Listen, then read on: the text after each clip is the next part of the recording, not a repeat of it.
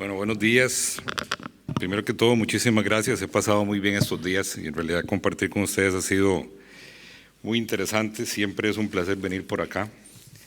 Esta charla me pidió Pablo que la diera porque, digamos, cambié de hospital y estamos trabajando en un hospital traumatológico. Entonces, ya nos hicimos un poco de pasar de cirugía de columna vertebral y pasamos a hacer un poco de cirugía de columna lumbopélvica. Y me parece que es un tema interesante. En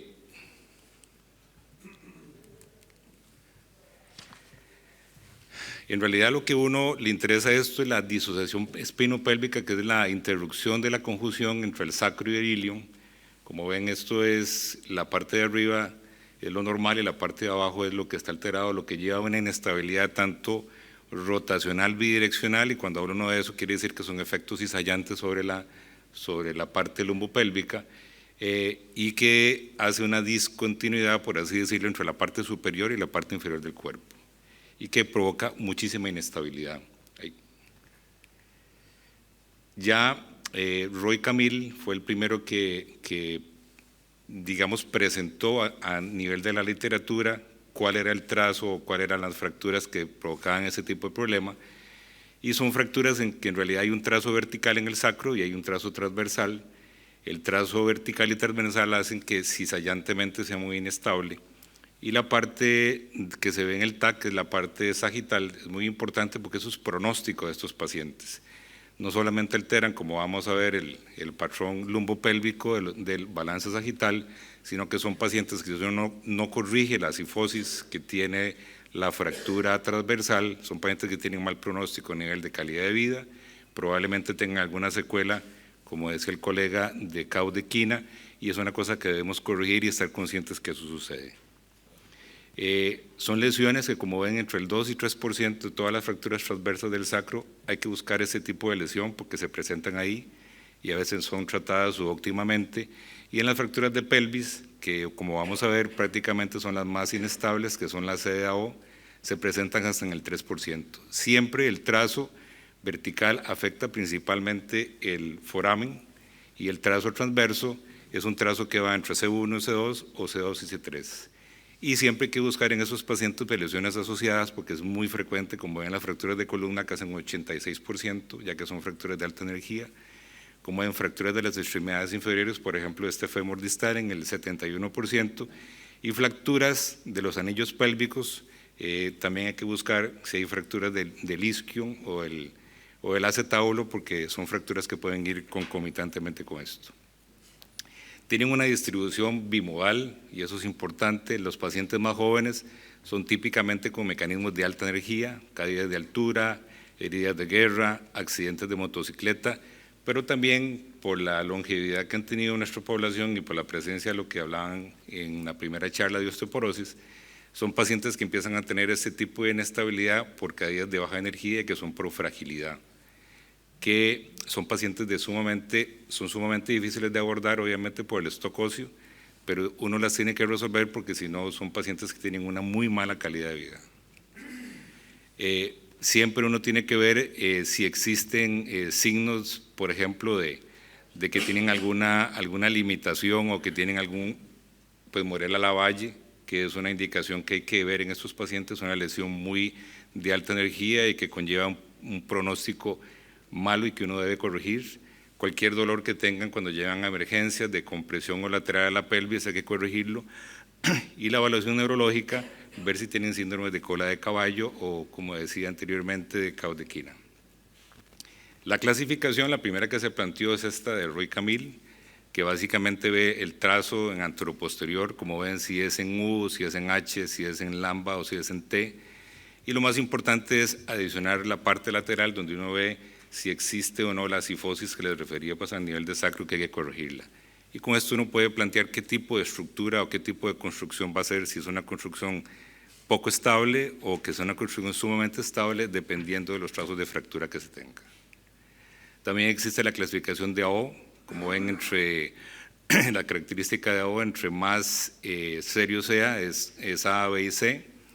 La fractura, la clasificación de Dennis, que es el trazo lineal, que nos da principalmente un pronóstico de déficit neurológico. Como ven, cuando el trazo está en la zona 1, uno tiene que buscar lesiones del E5, cuando el trazo está en la zona 2, pueden haber lesiones del E5 y uno hasta un 15-30%, y el trazo longitudinal que a veces tienen estos pacientes es que dan síndrome de cola de caballo sin afectación neurológica motora, precisamente porque afecta a este nivel. Y también existe este tipo de lesión que son fracturas de pelvis, que son las más complejas, que son fracturas donde la hemipelvis se asciende y que prácticamente provocan mucha inestabilidad, que pueden ir con lesiones asociadas de la zona 1 de Dennis o solamente de la lesión de los ligamentos sacroiliacos, que son lesiones que uno tiene que estabilizar probablemente de manera muy rígida, que son lesiones de muy alta energía. Siempre hay que, como he insistido, hay que tratar de corregir la cifosis sacra, porque eso probablemente en esos pacientes da una alteración del IP y de una hiperlordosis, que eso provoca mucha discapacidad pues a futuro, les da mucho dolor sacroiliaco, mucho dolor lumbar, y que eso provoca algún déficit, digamos, en la calidad de vida de los pacientes. Esto es una clasificación que va aunado de eso, que es la clasificación de Gibbs, que como ven básicamente lo que busca es ver a los pacientes si tienen parestesias o tienen síndrome de cola a caballo o síndrome de caudequina, que nos dan la idea de que son pacientes que tenemos que ir a hacer laminectomía sacras y descompresiones para liberar y que el pronóstico sea mejor, porque el pronóstico de recuperación es casi el 60% haciendo un buen gesto quirúrgico. Los objetivos del tratamiento van a ser que uno alinee el sacro, principalmente en esta visión sagital. La reducción de la cifosis sacra es importante, descomprimir el canal cuando hay algún síndrome de caudequina, una fijación estable para mantener la alineación, que esa fijación la va a dar el tipo de trazo y la inestabilidad que uno crea que tiene el paciente para una movilización temprana y una rehabilitación funcional. Las reducciones, hasta la fecha no he tenido que hacer todo esto, pero digamos lo que usamos es una extensión de la pelvis. Cuando usted no puede reducir el sacro, tiene que hacer una tracción esquelética para tratar de que la cifosis sacra se quite. Y hay ciertas técnicas descritas que ya sea con pines a nivel sacro para poder reducir el fragmento, o si no poniendo algunos escoplos y que haga como un brazo de palanca para reducir el fragmento que uno está tratando. Las construcciones, como les dije, dependen mucho de lo que uno vaya a hacer. Hay osteocintes triangulares, que es la primera foto de arriba, que es lo que más frecuentemente usamos porque son muy estables, fijaciones de mínima invasión que estamos tratando de incorporar, tornillos transiliacos. Hay placas posteriores transiliacas para establecer, digamos, o controlar esos problemas, que principalmente se usan en pacientes que son de la segunda parte de los pacientes ancianos, que nos dan una estabilidad, que nos dan una calidad de vida, y obviamente algunas combinaciones de estos 3 o estos 4, dependiendo del tipo de lesión que uno tenga.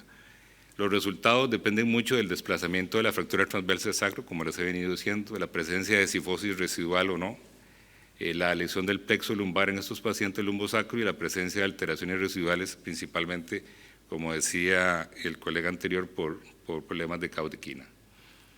Y en pacientes mayores, ya hay ciertas publicaciones que nos orientan a cómo tratar a estos pacientes, que son pacientes que generalmente tienen fracturas en U y en H, que hay que ir a buscar cuando son pacientes que tienen una fractura en el sacro y que tienen mucha incapacidad para poder deambular y quiere buscarlas con un TAC. Y lo que uno procuraría en primera extensión es una estabilidad bastante aceptable, que muchas veces, como les dije, es con placas transiliacas, para que esos pacientes se puedan recuperar en forma temprana. Complicaciones como en todo, principalmente las prominencias de los tornillos ilíacos, que prácticamente lo que hemos hecho es modificar un poquito y ahora ponemos el tornillo más o menos en S2 para tratar de que la cabeza del tornillo no moleste. Las infecciones, este signo de Borrelia Lavalle es una cosa que uno tiene que controlar, porque los pacientes se pueden infectar y hacen que sea un paciente que sea necesario ir a lavar y ir a recuperar antes de hacer una osteosíntesis. Obviamente el fallo de material, debido a que estas lesiones son de muy alta energía y a veces fallan los tornillos. Voy a terminar con 2 casos. Es una paciente de 22 años, sufrió un accidente de trauma con muerte del acompañante, con un GIPS 4, que quiere decir que tenía un problema de caudequina, tenía una retención aguda de orina. Y este es el TAC. Como ven, tenemos una fractura transversa y una fractura lineal con un fragmento que está dentro del canal. Alex, sí. ¿Podemos discutir esos casos? Yo tengo dos más, o si quiere estos, bueno, usted quiera. Entonces dale. Seguimos. Okay. La clasificamos según AO y nos creyó que era una tipo U y con tipo 1 de Roy Camille. Entonces le hicimos una fijación del lado que creíamos que estaba más inestable.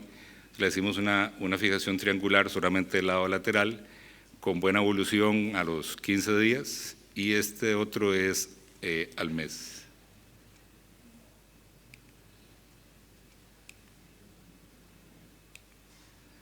Este es otro paciente de 28 años.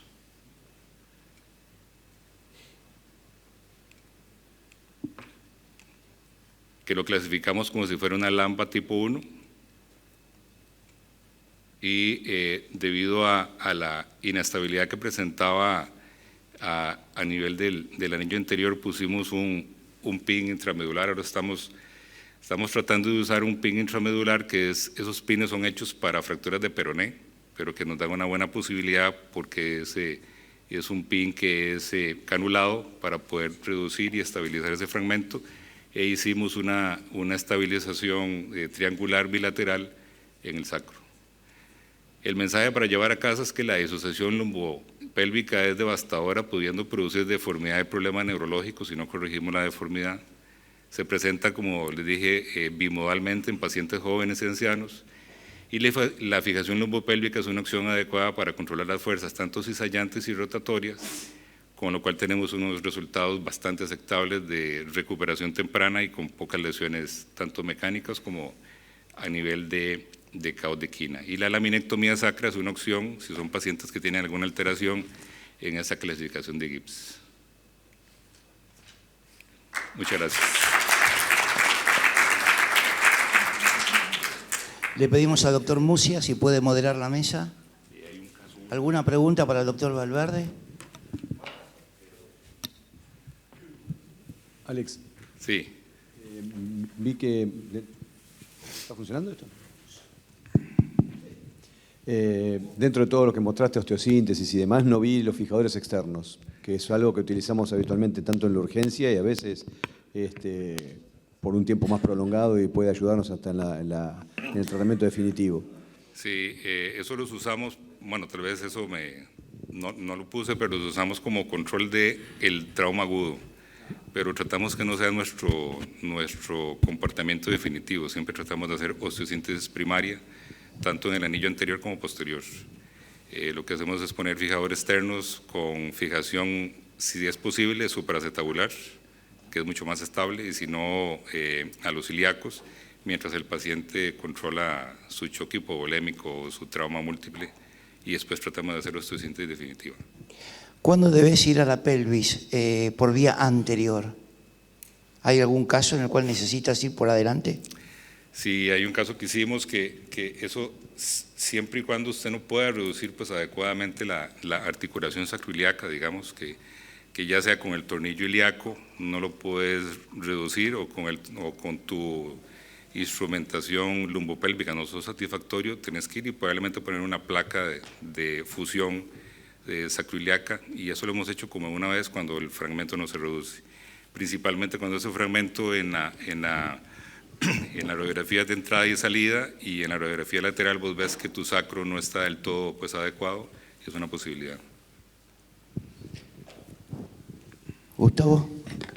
Sí, tengo una pregunta relacionada al ascenso y descenso con alteración importante de la sacroilíaca. ¿Cuáles son tus tips? Y si preferís la vía anterior o la vía posterior o ambas, cuando una de la hemipelvis está muy ascendida. Sí, probablemente usted, como dijo Pablo, eso le va a dar un poco, y si tiene un buen fijador externo colocado en trauma, eso le ayuda un poco a poder corregir ese ascenso. Si no se ha podido corregir, uno en nuestro país a veces en la parte pública usted lo que ve son lesiones envejecidas de las lesiones pélvicas, y eso son más complicadas. Tienes que hacer un abordaje anterior y posterior para poder bajar la cicatriz ósea que tenés. Si es agudo, tenés 10, 15 días, me parece que el abordaje anterior es lo más adecuado, principalmente en el anillo anterior, que es donde uno lo reduce, y posteriormente lo estabilizas por atrás, tanto ya sea que vas a poner una placa de compresión, un tornillo intraciliaco, o pones una fijación lumbopélvica. ¿Quieres que empecemos con...? Doctor, le quiero hacer una pregunta. Dígame. Yo trabajo en un hospital de trauma, donde se ven muchos de estos tipos de accidentes y estamos compartimentados. Hay un equipo de cadera y pelvis y los que hacemos columna. Y estos cuadros de disociación lumbopélvica los compartimos. Pero también está la gente de cirugía general. Tenemos muchos accidentados de tren, donde vienen con lesiones de vísceras huecas, que los pacientes ingresan primero a cirugía general, se les hace una laparotomía exploradora, una colostomía preventiva para evitar la infección de la pelvis, y nos encontramos después en un paciente donde hay 10 manos, politratado, y se nos dificulta cómo dar el tiempo quirúrgico exacto para poder fijarle la pelvis y fijarle las lesiones sacras y las disociaciones lumbopélvicas cuando hay un proceso infeccioso o un proceso contaminante en el área quirúrgica. ¿Usted cómo lo encara eso? Yo creo que aquí hay dos cosas. Uno, siempre con cirugía general tenemos ese problema porque a veces los sangrados intrapélvicos que producen estas lesiones, a veces hacen laparotomías que no son necesarias, ¿verdad? Porque el sangrado no es propiamente de las vísceras, sino es de la propia lesión. Y eso que vos decís, esos dos tipos de conducta hacen que uno aborde lesiones pélvicas envejecidas. Cuando uno habla de envejecimiento quiere decir más de 22 días. Y eso es un problema. Uno tiene que tratar de que no haya ningún proceso infeccioso, digamos, idealmente que no hubiera colostomía, porque las fracturas de pelvis y sacro tienen una alta incidencia, no teniendo estos factores de infección casi el 32%, con estos factores se duplica casi eso. Pero en realidad las fracturas envejecidas lo que hacemos es, como le dije anteriormente, hacer un abordaje anterior y posterior y tratar de operarla lo más pronto posible si es que no hay ningún proceso infeccioso. Bueno. ¿Cómo? Ok. Bueno, buen día. Estas son las consecuencias del último día. Uno termina con la voz un poco gastada, ya está cansado, ¿no? Pero lo interesante es darle continuidad con la presentación de los casos al mismo presentador de la conferencia. Realmente una excelente conferencia, Axel. En primer lugar, quiero agradecer al comité organizador de controversias, esta sexta controversias, por la invitación.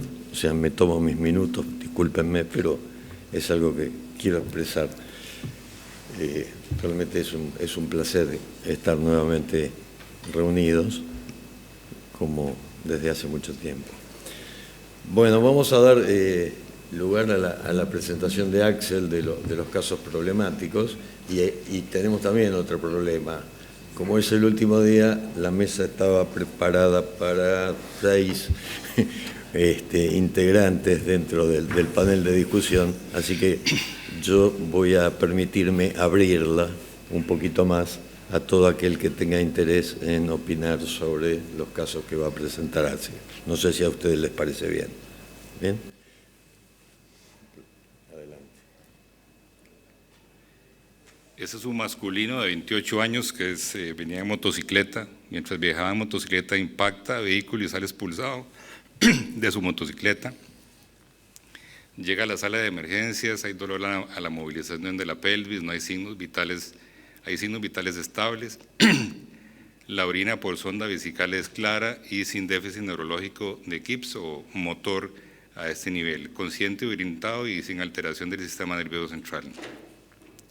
Pedimos un ultrasonido de abdomen, que es un FAS, para ver que no haya sangrado intraabdominal, y le tomamos no tenía radiografía en ese entonces, hoy le tomamos este TAC, que esos son cortes sagitales y 2 y 3 cortes axiales. Aparte de eso, se le tomó una resonancia magnética que demostraba esto. Ese es un corte AP y 2 cortes sagitales. Creo que lo principal en esto son 3 cosas. Uno es el abordaje del paciente, que son pacientes que pueden tener 2 complicaciones. O puede tener mucho sangrado, como decía el doctor, y eso hay que controlarlo. Si usted no tiene sangrado de diente porque está pues hemodinámicamente estable y no tiene sangrado activo, no habrá que llevarlo a sala rápidamente. Y segundo, verificar que no tenga un déficit neurológico franco, porque si el déficit neurológico lo tardamos, es posible que las repercusiones a nivel de las funciones vesicales no sean adecuadas. Entonces creo que lo primero es tratar de ver cómo lo clasificamos. No sé si habrá algún comentario. ¿Quieres cortarla acá y esperar Sí. un poquito para Claro. que sigamos discusión, te parece? Sí. Están los doctores Martín Zárate, Eduardo Sosa de la mesa y Nicolás Iccioli. Si quieren opinar. Y Nicolás, listo, ya lo tengo marcado. ¿Quién de los dos quiere arrancar? Creo que esta es mejor. Buen día. Hola, buen día. ¿Cómo estás? Impresiona una fractura bilateral de sacro con un componente transversal, lo que daría una fractura tipo H, con desplazamiento del componente transversal del sacro, en un paciente joven de 28 años, por suerte sin déficit neurológico. Es una tipo C3 de AO, es con desplazamiento. Es una fractura inestable y aparentemente compromete los alerones sacros y S1, el cuerpo de S1 quizás está un poco comprometido, que es donde pasa la estabilidad del anillo pelviano. Quizás necesita una fijación lumbopélvica para estabilizar la fuerza de cizallamiento, como dijo usted, doctor. ¿Por qué crees que no hubo déficit neurológico?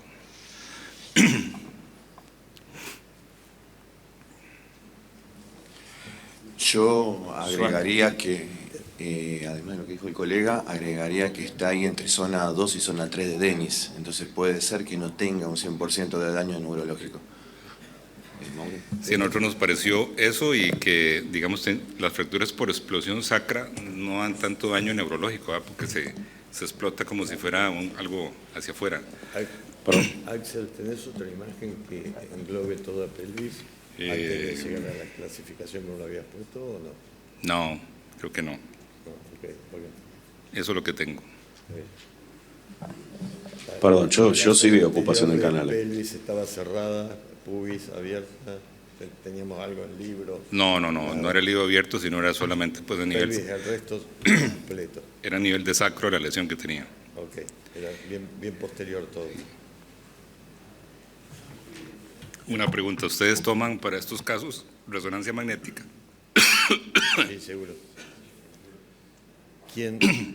No, perdón, yo sí veo ocupación del canal, perdón que discrepe, pero ¿Cómo? no tenía alteración neurológica, según decía Soles. Una pregunta, doctor.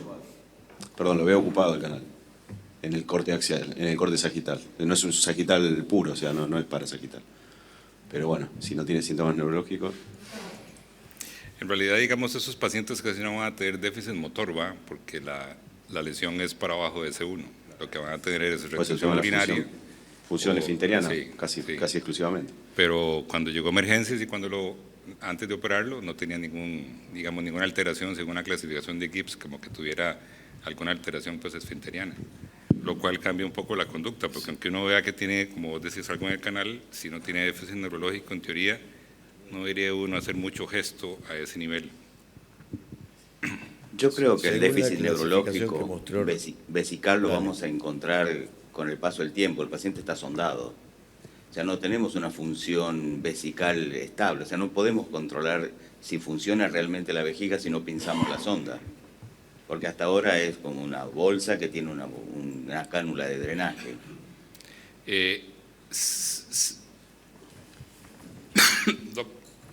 Tenemos una opinión personal. ¿Estamos ahí? Sí. Muchas veces puede ayudar simplemente a hacer un tacto y ver el tono del esfínter. Eso resuelve bastante el cuadro. ¿Qué dijiste? Porque se escuchó muy bajo. Un tacto. Ver el tono esfinteriano, el tacto rectal. ¿Y vos crees que si uno tiene un reflejo bulbocavernoso, digamos, que esté presente, cuando vos le traccionas la sonda, eso nos ayuda un poco más? Se hacen los dos, pero ante la duda, si uno cree que porque tiene la sonda vesical en permanencia, no lo puede evaluar, puede hacer un tacto y ya con eso tiene información. Okay. Tenemos otro pequeño por allá. Una consulta, ya que es un curso de controversia, lo vamos a generar un poquito más. Y vimos la vuelta a la esquina que lo operaron. Teniendo en cuenta la línea de carga, sabiendo que la gravedad va de L5 a las caderas y salta esa zona, si no tiene neurología, siempre tener en cuenta en el medio en el que estamos, si es hospitalario, público, un poco lo que se generó ayer también, ¿quién lo trataría en forma ortopédica? Neurológicamente intacto, el paciente, una fractura que va a consolidar, bien, porque es hueso esponjoso, que no está en la zona de carga, este paciente en reposo controlándolo y dándole un apoyo progresivo, 6, 8 semanas, quizás pueda andar bien. No sé qué piensa la mayoría. En base Mirá, a ¿puedo decir algo? Claro. Dale. Yo en principio venía pensando en la misma línea que vos. No en forma no quirúrgica, pero sí hacer todo lo posible para no sacrificar ningún disco y tratar de reconstruir el sacro o darle sostén indirecto a ese sacro tomándome de la pelvis, cuando empecé a pensar en qué tipo de tratamiento le haría. Pero un poco también podría llegar a ser un tratamiento no quirúrgico. Yo lo operaría, pero haría lo imposible por preservarle sus discos que se los veía tan lindos y tan sanos en la resonancia, conservárselos.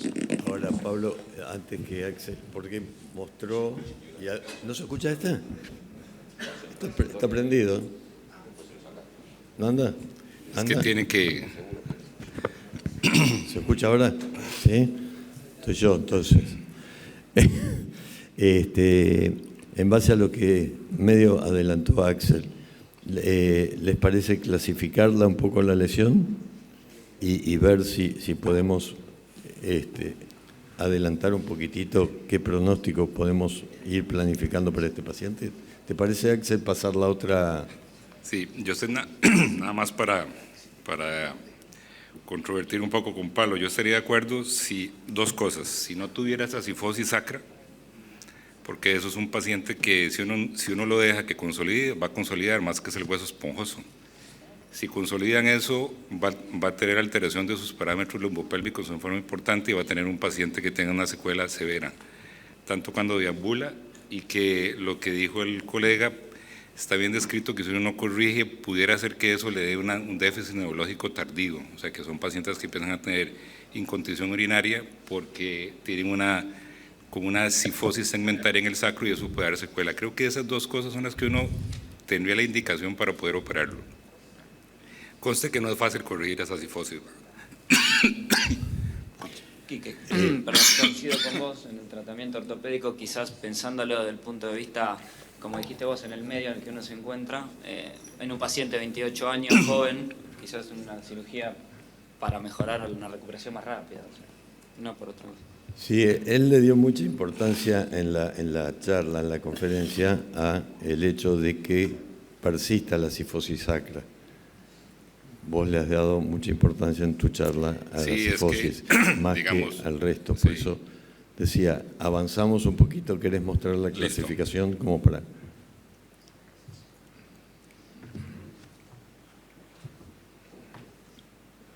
En base a esto seguimos con la misma opinión de seguir con un tratamiento ortopédico, que más o menos es lo que ha expresado la gran mayoría del plantel, o Axel, vos tenés otra opinión al respecto. Yo creo que todos nosotros vivimos lo mismo, digamos, a ver, hace 2 años y medio probablemente no hubiera, donde operábamos en el hospital público solamente operaba columna y había un cirujano de pelvis. Ahora en el hospital donde estoy nos hemos unido y operamos juntos. Tal vez si uno le va a dar un tratamiento conservador, lo que pasa es que es complicado, uno debería ponerlo en posición prona con las caderas extendidas como para verificar una buena consolidación, y eso es difícil. Ahora me parece que es un paciente por la culminación que tiene, por la zona que tiene, porque es una zona 2 de Dennis, porque tiene esa cifosis sacra. Es un paciente que es, primero que todo, tiene una inestabilidad muy importante lumbopélvica y tiene una cifosis sacra, con lo cual operaría. Y optaría por una fijación lo más estable posible, tratando de no poder sacrificar los discos, pero en realidad el disco lo dejaría por ahí, así que le haría la fijación más estable posible. ¿Hay alguna controversia dentro del De todas las auditorio? clasificaciones, Alex, ¿vos estás a favor de cuál de todas estas? La que me gusta más es la de Roy Camille. La de Roy Camille. Y la de Dennis, porque la de Dennis te da muy claramente, que era lo que decía... 30 años atrás. Sí, y te da muy claramente lo que tienes que ir a buscar y tratar de que si tienes un trazo lineal en el medio del sacro, probablemente un gran porcentaje va a tener signos de cola de caballo, de caudequía, que uno tiene que ir a buscar. Perdón, a diferencia de la O, que la Dennis 3 la clasifica como la más leve del todas, es una B1. ¿Alguna otra opinión? Seguimos avanzando en el caso. Bueno. Entonces, puse estas porque serían las 3 cosas que yo optaría por hacer una fijación, o bien controvertirse alguna otra opción. Fijación lumbo, placa o fijación lumbopélvica con tornillos, o alguna otra opción, las 4. Qué pena con ustedes, pero me cayeron malos vinos ayer, debe ser. ¿Alguien del panel que está designado, querés opinar algo? Vos, sobre todo porque opinaste algo, dijiste algo al principio muy cierto que pasa a nosotros. Es decir, nosotros tenemos dividido, realmente nos encargamos mucho de la columna y la zona sacra, pero tenemos nuestros cirujanos de pelvis que nos colaboran. Entonces, asociaríamos dos equipos quirúrgicos, a diferencia de lo que veo que hace Axel, que toma toda la patología en conjunto, ¿no? O por lo menos el equipo. No, yo opero con un cirujano pelvis. Vos operás con un cirujano de pelvis. Bueno, entonces también está más avanzado que nosotros. Estamos todos igual. Del plan quirúrgico, yo optaría por la tercera opción, fijación lumbopélvica y tornillo iliosacro. Perfecto. Sí, la ventaja, como dijo Eduardo, de usar la fijación lumbopélvica, que por ahí los tornillos iliosacros se pueden usar canulados en forma mínimo invasiva, de acuerdo a si uno consigue una buena reducción de la cifosis. Por ahí con tornillo canulado hace menos invasión y estabiliza lo más importante, que es reducir lo que decías tú, Alex, que es la cifosis, que es lo que le puede dar el daño neurológico tardío. ¿Puedo hacer una pregunta? Claro. Sí, por supuesto. Más allá de lo que decidamos o que se decida desde el punto de vista quirúrgico, quería preguntar a todos y particularmente al doctor Brusone, que dice que vio que estaba ocupado el conducto, si sumaría una maniobra de laminectomía de descompresión sacro-radicular. No, si no hay... lo que dijo Alex es que no hay síntomas neurológicos, descartamos la lesión urológica, yo no le agregaría un gesto de descompresión. Pero el paciente está sondado, ¿cómo lo sabes? No lo sé. ¿Y pero entonces? Bueno, le hicimos el tacto, la evolución a las 48 horas se fue ¿cómo se llama? El shock medular, digamos todo no medular, sino el tramo inicial. Si descartamos la parte de lesión neurológica, no descomprimiría. En un ateneo interdisciplinario, Emanuel, ¿vos sugerirías que se le haga una descompresión del conducto por vía posterior como para descomprimir en caso de que tuviera alguna lesión asociada? Yo creo que en un ambiente hospitalario, ante la duda, salvo el servicio de neurología que evalúa neurológicamente el paciente, si ellos descartan la lesión, ahí ustedes podrán tomar una conducta. ¿Hay alguna manera de poder determinar si hay algún estudio tipo electromiograma de perineal o algún otro estudio que pueda llegar a ayudar desde el punto de vista de potenciales? Sí, pero no creo que ningún neurofisiólogo haga un estudio en agudo en una terapia intensiva. ¿Que justificaría, por ejemplo, hacer algo así? No, en un cuadro de este tipo, en forma preventiva, como para ayudarnos, ¿no? El punto es, especialistas en neurofisiología de piso pélvico hay muy pocos en el mundo. Entonces ahí ya se complica mucho. Okay. Si uno los tiene, sí, por supuesto. Okay.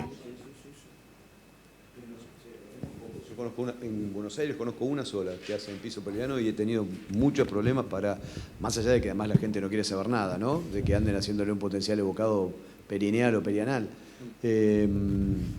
Yo conozco una sola que está en el hospital alemán, que hacen justamente eso y los he pedido en algunos casos muy complejos de espondilolistesis con sintomatología urológica, como para que fueron enviados hacia mí por un urólogo justamente, y sospechando que la sintomatología urológica podría estar relacionada con espondilolistesis.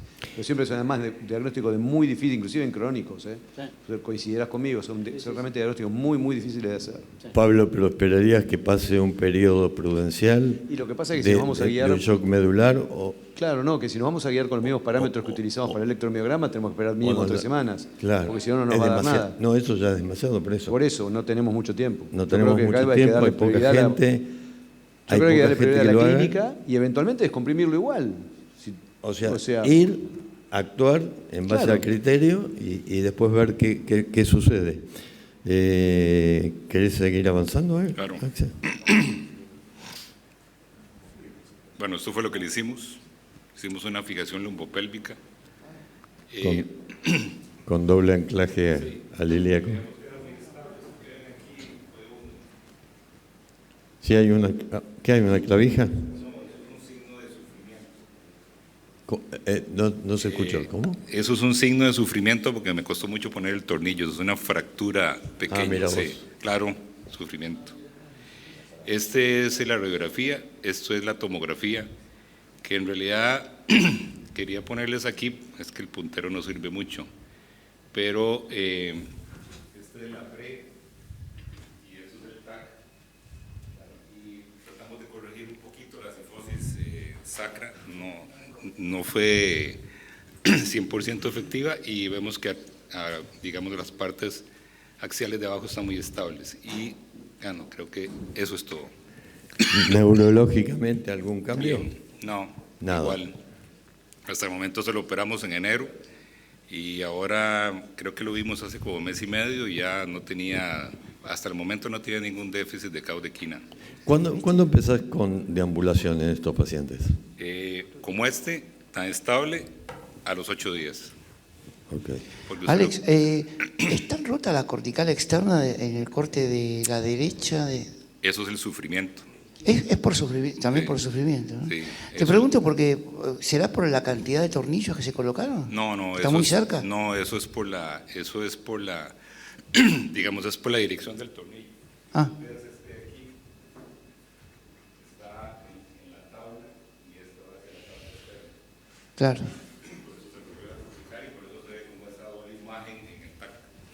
Pero en realidad, como hace la tabla externa, no creímos que tuviera ningún problema y más bien tiene mucho mejor agarre. ¿No tomaron la conducta de descompresión? No.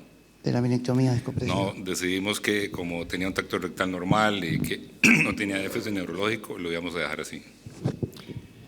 ¿Lleva cuántos? 8 meses dijiste. Sí, de este lleva 6 meses. 6 meses. Sí. ¿Y ningún cambio neurológico? Nada. Urológico tampoco, nada. Por lo tanto, vos dirías no hacerle nada tampoco, agregar. Si en los 6 meses no hubo novedades, se lo controla. Lo damos por control. Ok. ¿Alguna otra pregunta? Antes del coffee tenemos 10 minutitos. ¿Tenemos para otro caso? Tiempo para uno más. Dale. Hay otro. ¿Quién? Hay una pregunta por allá. A Emanuel le quería hacer una consulta. Según la experiencia, hoy se debatió el paciente sondado, con la sonda no podemos evaluar la vejiga. Y tiraste un tip que es el tema del tacto y la tonicidad del esfínter anal o la sensibilidad perianal. ¿Qué nos podés decir con respecto a la relación, sabiendo que no podemos evaluar porque tiene una sonda, según la experiencia o según la bibliografía que podés aportarnos, con respecto a si tiene sensibilidad o tiene el tacto tónico, consideramos que tiene o no una lesión de la vejiga? ¿Se entiende la pregunta? ¿Qué correlación podemos tener entre el tacto y la tonicidad y la lesión vesical en un paciente sondado?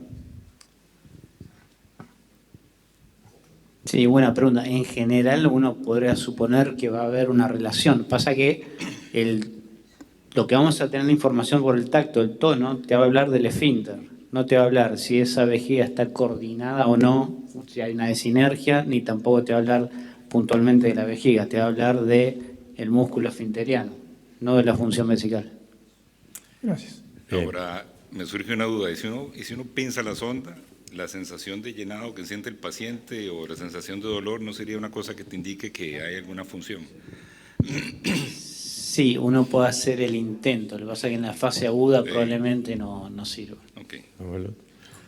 Una pregunta para Alex. Otra pregunta, ¿ven? Sí. Técnicamente, digamos, la fijación, todos más o menos estamos habituados. Quería por ahí que nos des algún tip de la técnica de reducción, porque digamos que la parte de fijación todos más o menos están habituados. ¿Qué tip tenés para la reducción de esa cifosis? Hacemos algo, bueno, antes aprendimos a hacer un poco de osteotomía de sustracción transpedicular hacíamos la osteotomía y hacemos una hiperextensión de la cadera. Eso es más o menos lo que hacemos. Ponemos unas almohadas y como una cuña para levantar la cadera y levantar las rodillas. Y hacemos el abordaje. Y creemos que esa reducción nos da un resultado más o menos satisfactorio. Okay. Una pregunta, Alex. La cifosis residual que quedó del sacro. Yo he visto bastantes secuelas de estas fracturas no tratadas que producen una escara y un dolor crónico inmanejable. En el caso que estás presentando, se observa que se redujo pero parcialmente.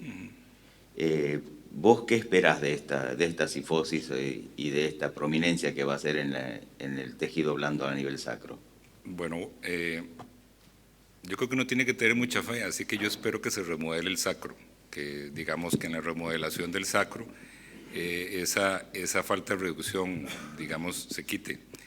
Si no fuera así, tendrías que ir a hacer algún gesto posterior, porque eso es una de las secuelas más importantes, que lo que vos decís, que tienen dolores postoperatorios, principalmente por la no corrección de la cifosis, pero esperaría que se remodele.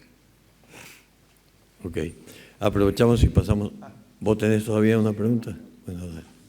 Alex, con el diario del lunes y lo que nombraste del sufrimiento, ¿no hubieras optado por la opción 2? Dado todo lo que se habló y no sacrificar los discos.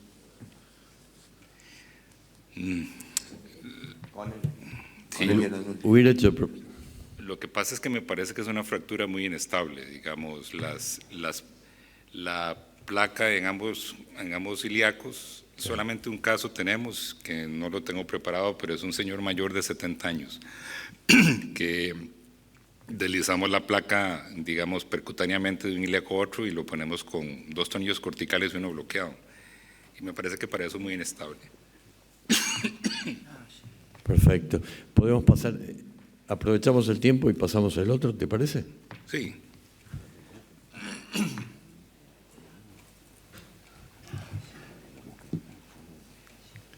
Vamos a ver, este es uno igual. Una historia muy parecida. Ves que este no tenía déficit neurológico, no tiene déficit neurológico, pero sí tiene una fractura muy inestable tanto en el arco anterior como posterior de la pelvis. Con una lesión sacroiliaca. Sí. Y tiene una fractura del sacro y tiene una hemipelvis ascendida. ¿Qué tipo de lesión les parece a ustedes, al panel? Perdonen, quedaron 2 solos, así que los voy a castigar. Alex, una pregunta. Sí. Estas son las fracturas que mayormente comprometen la raíz 5, ¿no? Sí. Por el ascenso de la hemipelvis. No tenía nada neurológico. No. Suerte. No, nada. Vamos al panel, dale. Sí, si vamos a la clasificación AO, es una tipo C3 completamente inestable, se extiende a la articulación lumbosacra L5S1 del lado derecho. Y bueno, Denis 2, 3, todo pasado por todos los forámenes. Y si vamos a la clasificación de Tile, que es la estabilidad pelviana, también es una C3. Fijación lumbopélvica con reducción, quizás en tracción. Y tiene comprometido L4 la transversa también, así que de L4 ilíaco y quizás un tornillo transilíaco para hacer una fijación triangular. O dos, si de ser posible, si hay calidad, o si hay una buena corredera en S1 para poder pasar 2 tornillos transilíacos. ¿Y le pondrías una tracción como para bajar la pelvis? Quizás intraquirúrgico, sí. ¿Qué tipo de tracción? Y supracondilia. ¿Tu opinión? Siempre haces, si vos haces eso... Estos son los típicos casos que nosotros recibimos en el hospital. Claro. De entrada por guardia, antes le poníamos una tracción supracondilia para tratar de descender la pelvis, cosa que no daba resultado porque le estirábamos toda la cápsula de la cadera. Actualmente lo usamos con tutores externos, fijaciones supracetabulares para tratar de descender la pelvis y tratar de acomodar el ilíaco. Obviamente que esto es quirúrgico con fijación lumbopélvica y eventualmente tornillos sacroilíacos. Lo que no sé es de dónde a dónde, porque me gustaría ver una imagen de resonancia para ver el sufrimiento que pueden llegar a tener los discos. Sí. TL3. TL3. Sí.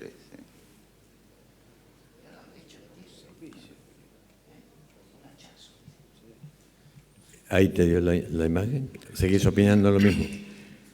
Sigo opinando lo mismo, pero iría a L3. Tratar pelvis y... Exactamente, descender la pelvis. Y como dijo L3. Gustavo, no tiene lesión radicular hasta ahora. Hasta ahora. Bien, perfecto. Alex seguramente tiene una lesión anterior también del anillo. O sea, esto tiene que ir a una cirugía combinada con una cirugía de estabilización de pelvis previa, porque tiene el anillo adelante. Para tener ese nivel de ascenso hay que resolver también conjuntamente el anillo por adelante. Sí, lo dijo en la presentación y está Conciso Sarmiento, una C. Alex, francamente es una fractura de pelvis y coincido con un colega ahí de hacer algo combinado, con tutores por adelante para tratar de reducirlo y bueno, después se verá qué se hace. La idea de hacer el triángulo no es potable. O sea, la síntesis es pelvis y columna combinada. Para mí es una franca lesión de pelvis. Más que de columna sacroilíaca, es una neta fractura de pelvis asociada a una lesión de columna. Entonces, ¿cómo la? Vos cuando haces la fijación, si vos optás por una fijación lumbopélvica, preocupado por la raíz del E5, ¿vos la irías a buscar o descomprimir o no?